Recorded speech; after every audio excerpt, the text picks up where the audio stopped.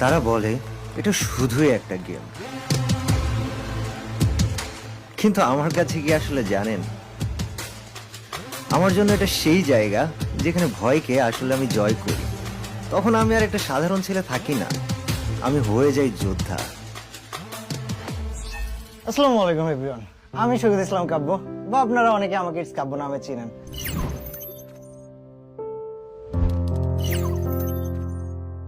কুষ্টিয়াতে থেকে জাস্ট আমার ছোট্ট ঘরে বসে গেম খেলে আজ পুরো বিশ্বের মাঝখানে পৌঁছে গেলাম, সেটা নিয়ে আপনাদের সাথে গল্পটা শেয়ার করব। মানে আমার জাস্ট ফার্স্টে স্বপ্ন ছিল যে আমি একটা লাইভ স্ট্রিমার হব। আমার বার্থডে ছিল জানুয়ারি 13 তারিখে।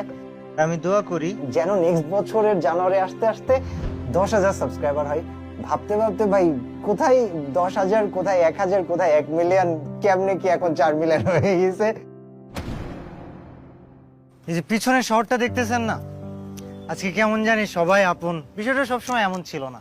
আত্মীয় স্বজন, নিজের আত্মীয় স্বজন এমন সব কথাবার্তা বলা শুরু করছে যে নিজের কিছু একটা করে ফেলি। ক্লোজ একটা মানুষ ছিলেন, এটা টিউশনে চাইতে গিয়েছিলাম, 1.5 বছর ঘুরাইছে 2,000 টাকার বেতনের টিউশনের জন্য।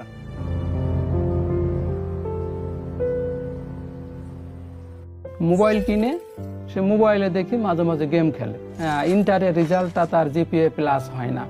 তার ডাক্তারি পড়ানোর আমাদের একটা স্বপ্ন ছিল, কিন্তু ও খুবই অনুরোধ করলো ওর আব্বুকে, বললো যে আব্বু আমার একবার সুযোগ দাও, একটু চেষ্টা করে দেখি, আমি যদি কিছু করতে পারি আমি লেখাপড়ার পাশাপাশি, তাহলে কি সমস্যা হবে? তা ওর আব্বু বললেন না।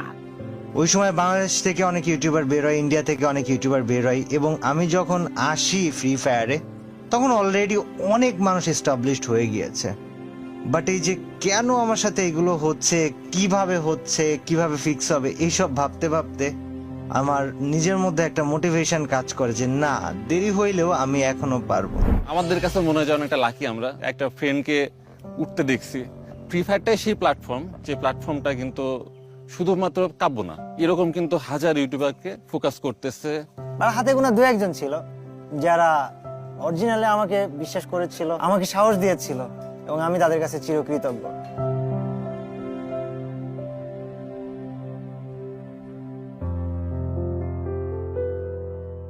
সৈকতের সাথে আমার দেখা হয়েছিল 2014 সালে। না, আমার বাসায় যখন জানাজানি হলো তখন আমি একটু ভয় পেয়ে গিয়েছিলাম, যাই হয়ে যাক এর সাথেই বিয়ে করা লাগবে। এর মাঝখান থেকে আমার বাবা মা আমার কষ্টের জন্য অনেকবার বলছে যে চলে আসো, আমি কারোর কথা শুনি নাই। একদিন এসে আমাকে বলতেছে যে আব্বু তোমার অ্যাকাউন্ট নাম্বারটা আমার দাও। তো বলতেছে যে আমি যে খেলা করি এই খেলা থেকে কিছু টাকা দিবে। তো আমি বললাম আমার তো বিশ্বাস হয় না যে খেলা করে আবার মানুষ টাকা পায় নাকি। দেওয়ার পরে দেখলাম সত্যি সত্যি পরের মাসে অ্যাকাউন্টে কিছু টাকা আসছে।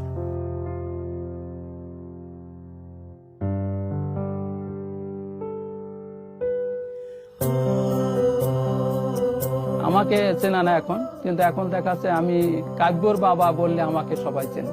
ভাইয়ের চিন্তা ছিল যে এই গেমিং কমিউনিটি থাকার পাশাপাশি তার লাইফে বিজনেস করার খুবই ইচ্ছা ছিল। এই কাব্য মোবাইল শপ সে আমাকে তৈরি করে দিয়েছে। আর আমার কোনো বড় ভাই নাই, আমি পার্সোনালি তারে বড় ভাই হিসাবেই দেখি।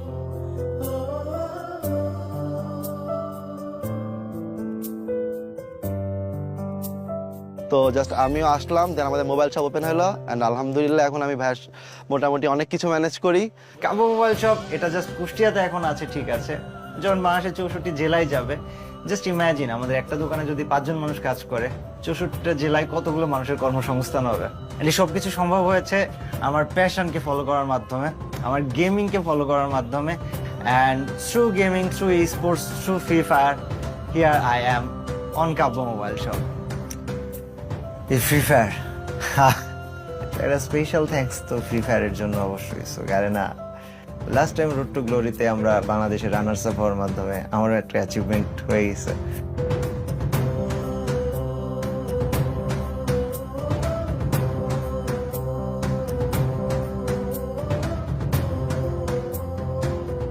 আব্বা আমার ভালোবাসা সবসময় আব্বা আমার ভালোবাসার মতো, এটার সাথে বউয়ের ভালোবাসার তুলনা হবে না। এই মানুষগুলোর মধ্যে আমার আব্বা হচ্ছে আমার একমাত্র হিরো। পুরো আমি কাব্যটার একমাত্র হকদার তুমি আর আমার আম্মা। তোমাদেরকে অনেক ভালোবাসি। গল্পটা এখন আর শুধু আমার নিজের নয়, গল্পটা হয়ে উঠেছে প্রতিটা স্বপ্নবাজ তরুণদের গল্প, যারা বিশ্বাসী এবং সাহসী। আমি শুরু করেছিলাম ছোট্ট এই ফোনের স্ক্রিনটা দিয়ে, কিন্তু এই স্বপ্নটা এখন অনেক বড় হয়ে গিয়েছে। এই জার্নিটা অনেক কঠিন ছিল। প্রতিটা চ্যালেঞ্জ তোমাকে নতুন কিছু শেখাবে, নতুন রাস্তা দেখাবে। ছোট একটা শহর থেকে বের হয়ে তুমি পরিচিতি পেতে পারবে পুরো দুনিয়ার কাছে।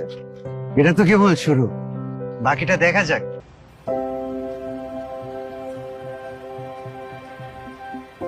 গল্পটা এখন আর শুধু আমার নিজের নয়, গল্পটা হয়ে উঠেছে প্রতিটা স্বপ্নবাজ তরুণদের গল্প, যারা বিশ্বাসী এবং সাহসী। আমি শুরু করেছিলাম ছোট্ট এই ফোনের স্ক্রিনটা দিয়ে, কিন্তু এই স্বপ্নটা এখন অনেক বড় হয়ে গিয়েছে। এই জার্নিটা অনেক কঠিন ছিল। প্রতিটা চ্যালেঞ্জ তোমাকে নতুন কিছু শেখাবে, নতুন রাস্তা দেখাবে। ছোট একটা শহর থেকে বের হয়ে তুমি পরিচিতি পেতে পারবে পুরো দুনিয়ার কাছে। এটা তো কেবল শুরু,